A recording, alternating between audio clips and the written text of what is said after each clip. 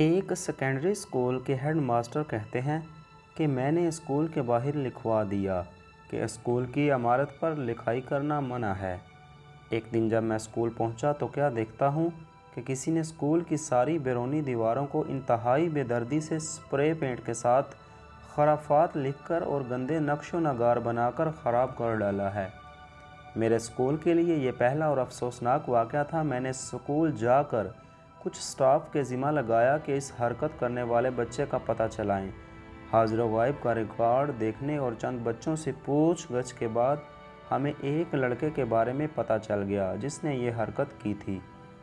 اسی دن میں نے اس لڑکے کے والد کو فون کر کے کہا میں آپ سے ملنا چاہوں گا، کل آپ اسکول تشریف لائیں۔ دوسرے دن جب لڑکے کا باپ آیا تو میں نے اس سے سارا قصہ کہہ ڈالا۔ باپ نے اپنا بیٹا بلوانے کے لیے کہا۔ بیٹے کے آنے کے بعد اس نے بڑے دھیمے سے لہجے میں اس سے تصدیق کی۔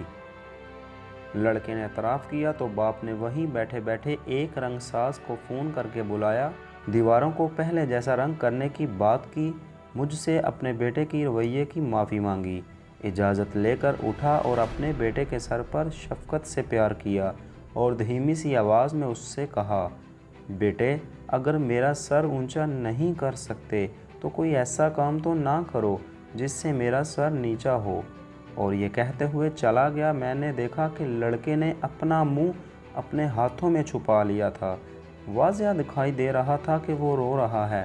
مجھے بہت حیرت ہو رہی تھی کہ لڑکے کے باپ نے کیا خوب نفسیاتی طریقہ اپنایا تھا۔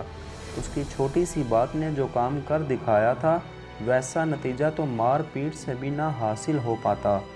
میں نے لڑکے کے تاثرات دیکھنے کے لیے اس سے پوچھا، بچے تیرا باپ بہت شفیق اور محترم انسان ہے اور اس نے تجھے کوئی خاص سرزش بھی نہیں کی، پھر تجھے کس بات پر رونا آ رہا ہے؟ کہا سر اسی بات پہ تو رونا آ رہا ہے کہ کاش میرا والد مجھے مارتا اور سزا دیتا مگر ایسی بات نہ کہتا۔ لڑکے نے مجھ سے معذرت کی اور اجازت لے کر چلا گیا۔ پھر میں نے دیکھا کہ اس بچے نے میرے اسکول میں اعلیٰ کارکردگی دکھائی اور ہر کلاس میں ٹاپ کیا۔ سچ کہا کسی نے کہ اولاد کو پیار محبت سے سمجھانا چاہیے، نہ کہ ڈنڈے سے یا گالم گلوچ سے۔ تو دوستو امید کرتا ہوں آپ کو میری اس ویڈیو میں بہت زیادہ سبق ملا ہوگا۔ تو اگر آپ کو میری یہ ویڈیو اچھی لگی ہو تو میرے چینل کو لائک اور سبسکرائب ضرور کیجیے گا۔ اب انشاءاللہ ہم ملیں گے اسی طرح نیکسٹ ویڈیو میں۔ اللہ حافظ۔